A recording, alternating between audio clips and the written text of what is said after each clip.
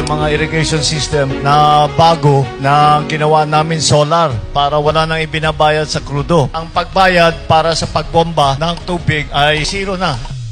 Kinukuha na natin sa araw. Solar irrigation system na yon para naman mas maganda ang kikitain ng ating mga magsasaka. Kung kagaya po nung dati, hindi sustainable yung patubig kasi sa taas na bayarin ng kuryente kasi pinapatakbo po ito sa kuryente nung unang mga araw. Yung ibinabayad po namin, halos kinakain po lahat ng pambayad sa kuryente. Sa ngayon po, itong bagong sistema na may solar na po kami, malaki pong kagaanan to para sa amin.